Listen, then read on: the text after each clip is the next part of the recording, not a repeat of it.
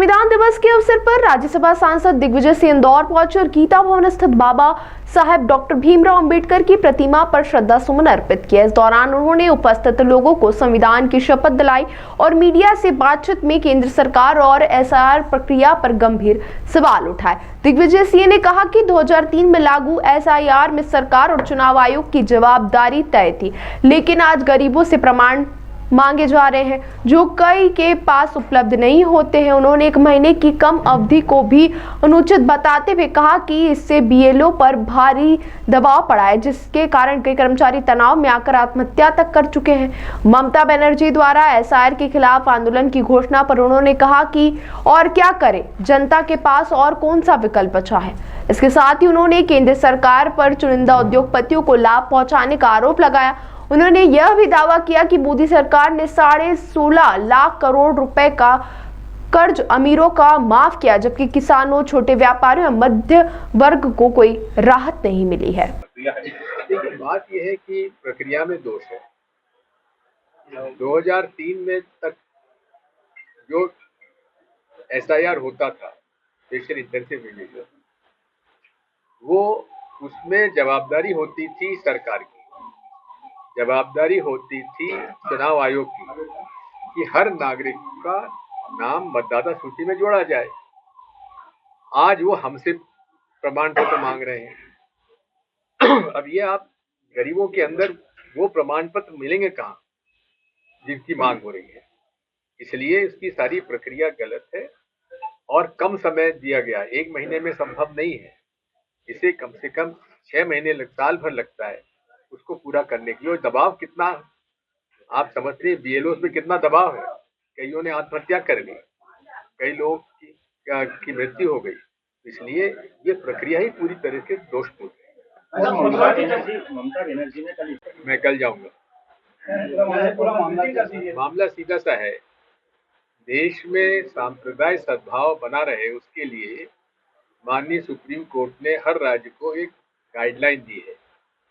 Prevention कैसे रोका जा सकता है, कैसे उसको नियंत्रण किया जा सकता है, और कैसे जिन लोगों को नुकसान हुआ है, चाहे हिंदू हो, चाहे मुसलमान हो, चाहे सिख हो, चाहे ईसाई, जो सांप्रदायिक दंगे में जिनका नुकसान हुआ है, उनको पूरी तरीके से मुआवजा मिलना चाहिए। ये 3 गाइडलाइंस हैं।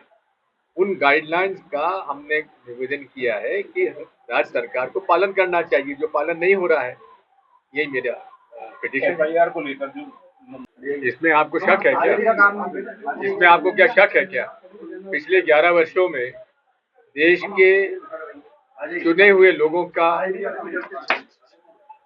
जो पूरे तरीके से विकास हुआ है, कुछ चुनिंदा लोगों का, जो कि आज हालात पूरे देश में ऐसे है, गरीब गरीब होता जा रहा है, अमीर अमीर होता जा रहा है, और 200 परिवारों के पास इस देश की लगभग 40% संपत्ति उनके हाथ में है।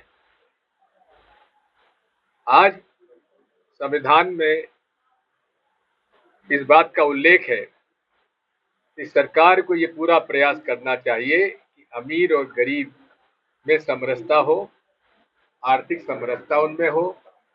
ये भारतीय संविधान का अंश है। लेकिन मोदी जी की सरकार ने पिछले 11 सालों में अमीरों के 16.5 लाख करोड़ का कर्जा माफ किया है। 16.5 लाख करोड़ का।